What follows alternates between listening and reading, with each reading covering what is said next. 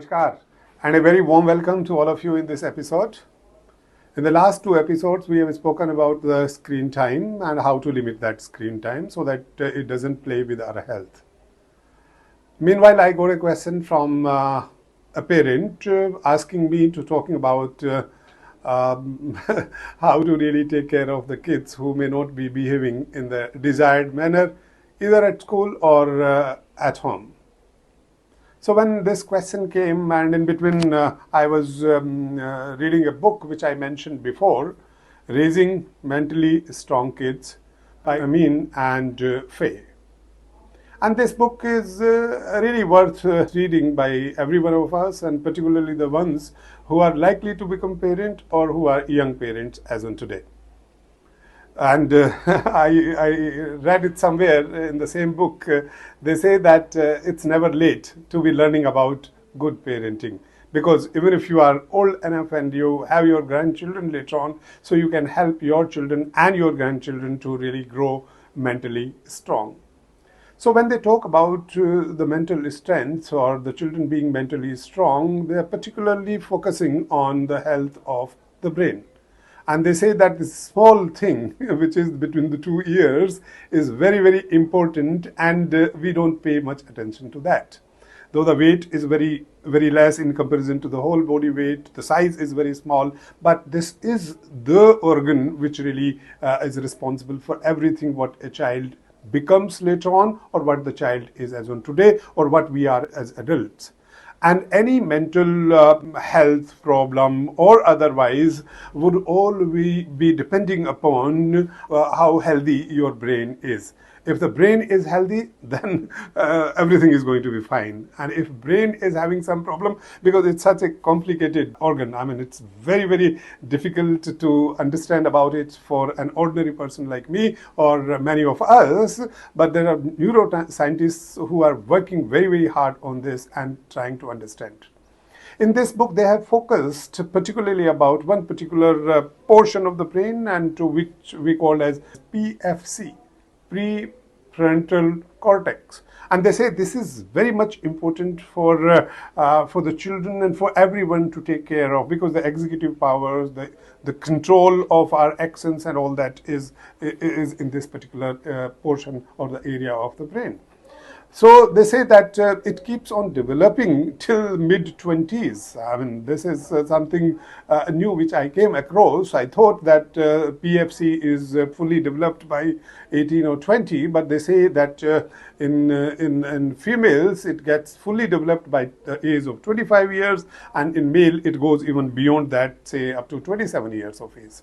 So mid-20s is considered by them as to be that PFC is completely fully developed that way. So what they suggest is that as parents, we should become PFC for the children, because for our children who are of age 10, who are age of 5 or 15 or even 18, their PFC is not fully developed. So that control which they should have on their actions and learning and their outcomes, this may not be so much possible for them. Hence, you as parents, and I as parent, would have to act as their PFC, which will help them in taking care of certain things. So when the children are born, I mean, if I take the case of the parenting in India, a little earlier, if I go, say, to 50 years back or 40 years back or even up to 30 years back, I mean, I'm sure, and the ones who are of my age, maybe around 60, maybe around even 55, would agree with me that the parenting was never a stressful exercise in our country, that is India.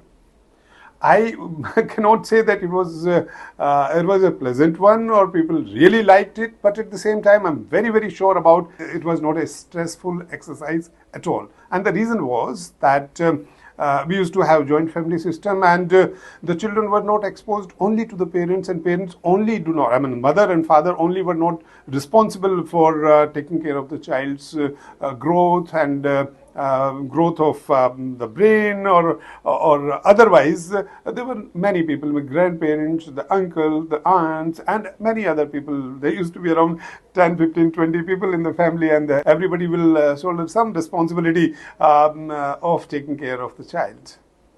When it comes to today's time, whether it is Western countries, I mean, most of the researches are done there, not in our country. Of course, people are doing nowadays because we need it. Nowadays, we are having nuclear families where the child has only the mother and father to look up to. And they're the ones who are really nurturing that child. And when I use this word, nurturing that child, I do remember that they have mentioned, both the writers have mentioned it somewhere in this book, that the parenting starts even before the child is born. And they say that the child's brain would be affected by the food, the kind of food somebody eats, even before the child is conceived. I mean, there's something very interesting once again. And once the child is there in the womb, then in that case, of course, we have to take care of our food habits and things which happen around. So the brain is developed over a period of time. As I told before, different portions of the brain are developed as per the child grows older, and these all impact different portions and different activities and different emotions. So what is the role of the parents then? And how a mentally strong child should be raised? So there are two things which I would like to suggest, which are very, very important for me. These are love and logic. So love and logic are very, very important. And how are these important? That would be followed what I really continue telling you. See, when we are raising a child and saying that we want a mentally strong child, that's our aim. That is what we want our child to be, so that the child is able to take care of himself or herself later in life, whether this is a very conducive environment around in which the child is living or there are difficulties around. So the child should be able to take care of himself or herself and other people around. The two writers in the book talk about different styles of parenting. And the issue is that how do we decide about those styles? So they have taken four words which are very important, which you all have heard about. It's nothing new here.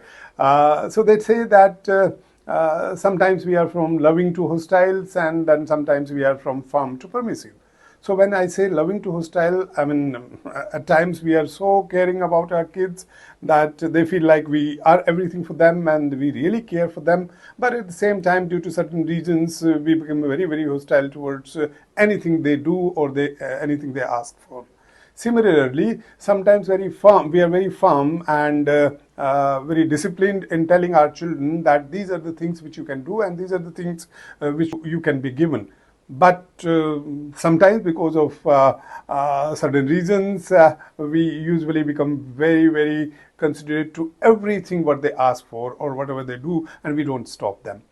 And suppose somebody had come from office, and in office there was something very very negative it had happened, and when he or she came back home and the child asked for something which perhaps was very simple and should have been really accepted by the parent, but as the background wasn't really great there in the office, hence the parent really says no and at times even scolds the child. So here it is a sort of hostile attitude towards the child for a very just and genuine demand.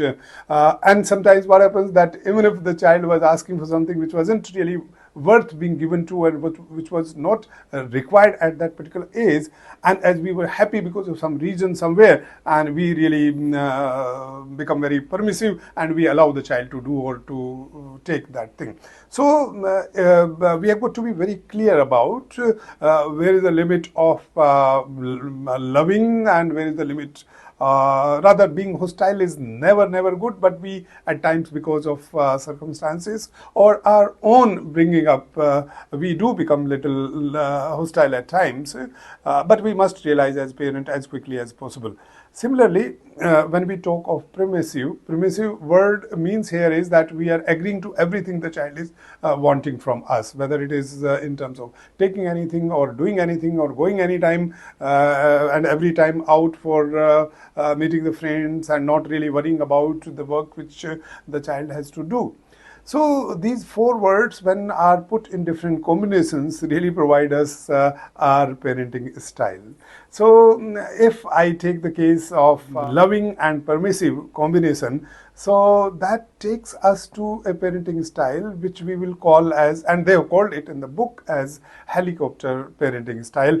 And here they find that the child is so much loved by the parents, and the child is all the time the focus of the parents, and they would not like the child to be away from them. I mean, they always will be looking for the child, what the child is doing, what the child is eating, how the child is studying, how is the child playing. And an example is given in the book, whereas a mother is always doing everything for the child, making bed, providing food, doing the homework, taking her to the school, and even at times volunteering to helping the school just for the sake of seeing the child every time, how the teachers are treating the child in the school. So this becomes hovering over a child every time, and this is of course out of love, out of liking towards the child, but doing everything possible for the child. They're clearing the mess of the child every time. So this kind of parenting would not allow children to develop their self-confidence and also that habit of doing things self, because there's somebody always there to helping them out. Because you will have come across such situations that a child has a little bit of argument with the friend or somebody somewhere, and you'll find the parents going and really coming to the rescue of this child. I mean, we must go and rescue our child, because we have got to be loving towards our children. We have got to be careful about saving our children from getting into something which would not be good for the children at all in their future life or even their present life. But at the same time, we have to give some time, some liberty, some space to our children to take care of themselves, so that they don't always feel dependent on parents. And helicopter parents are the ones who are very caring, and I appreciate it. But at the same time, being too much caring, because extreme of anything is not good. So that's the one style of parenting. And the other one is that the parents are very, very firm. And there's some parents who would be very, very clear, and they would be telling their children that you can't do this at all. And the lines drawn, but at the same time, those lines are drawn so high, which may not be really correct for the children to experiment at all. So if the children will do every time as per the direction of the parent, and if they don't do it as per the direction of the parent, then they are punished.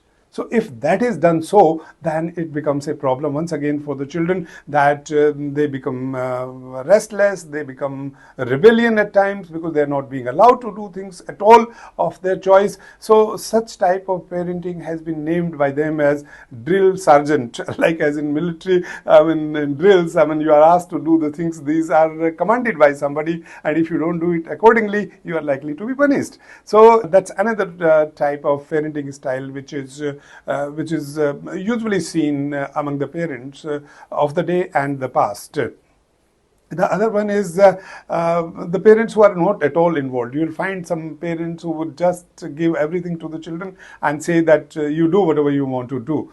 We are not bothered about you. You don't get into our life, we will not get into your life. This kind of situation is also started coming now. It wasn't before so much, but now it is. It's seen so much. But at the same time, they're the ones who becomes very hostile as well. If they find that the child has been involved in something which was not right, they would go and be fighting with everyone around there, and will be saving the child from that mess. So what happens in this situation? The child has been given indirectly an understanding that he or she can do anything, whatever is supposed to be done by him or her, and the parents would come and save them. They will be the one who would be saving them from every situation. And you must be seeing nowadays all around that sometimes our children, those who are not so much mature, they take the vehicles, drive it very fast under the influence of some toxic material, and then they meet with an accident, and then these are the parents who go and save them. It is the responsibility of the parents also to saving the children, but at the same time, we must not remain uninvolved at all. So this is the third way of really bringing up our children. And the fourth one, which to me seems to be the most suitable one, very important one. No, this is not the only one, but then of course we can have the combination of two, three at the same time. But being firm and loving is so good for me. We have to draw the lines for our children that these are the things which you can do, these are the things which can be given to you, but that has got to be said in a very, very respectful manner. It cannot be dictated to them. They are to be told with a logic that these are the things which you should. And when I say something to a child as a parent to do, I mean it. I mean, the child must understand that if the parents are telling you to do something, they mean it. It's not that you do something and not being noticed by them and not being told by them later on that this should not have been done. This kind of parents really respect their children, they love their children, they are very respectful, and they're very disciplined themselves. Whatever they're asking their children to do, they themselves are doing it beforehand, and they make their children learn it from their actions and not only from their direction which they usually give. So we should remember that being firm and loving is very, very important, because if we are always permissive, if we are always allowing children to do everything whatever they are wanting and taking everything what they are wanting to take, I mean, that would not make them very, very competent and mentally strong children. So as parents, we should not really be so much concerned and should not feel so much of guilty of being in a particular style of parenting which I mentioned out of these four, because one is which I talked about, uninvolved, is absolutely to be avoided. Drill, of course, sometimes may be there, but most of the time it should be avoided. Helicopter, again, is not desirable. The most important comes out to be the kind of consultant where you are firm and also loving towards your children and give them opportunity to commit mistakes and learn out of these mistakes. But those mistakes are also, I mean, you are going to be careful. It's not that you are not seeing your children. No, neither you are uninvolved nor you are like helicoptering all the time, because the parents who are of helicopter type or drill sergeant type, they really get tired so quickly and they become frustrated. Whereas the firm and loving, the ones who are consultant, are the ones who really remain energetic and always positive, helpful towards their children. I hope you to be able to make it out which category you fall into maximum and try to change it to the category of or the style of consultant parenting. And if we can do that, it will be a great, great help to our children and ourselves. So let's try to make our children competent, confident and resilient by exposing to them desired difficulty levels and situations and let them learn out of that, and wherever need be, we should come in and we should help them improving. So thank you very much. Let's talk more about such things in future, and I would like to really seek your suggestions and comments on parenting styles and how do we really make our children better and strong mentally in their life. Thank you very much. God bless us all.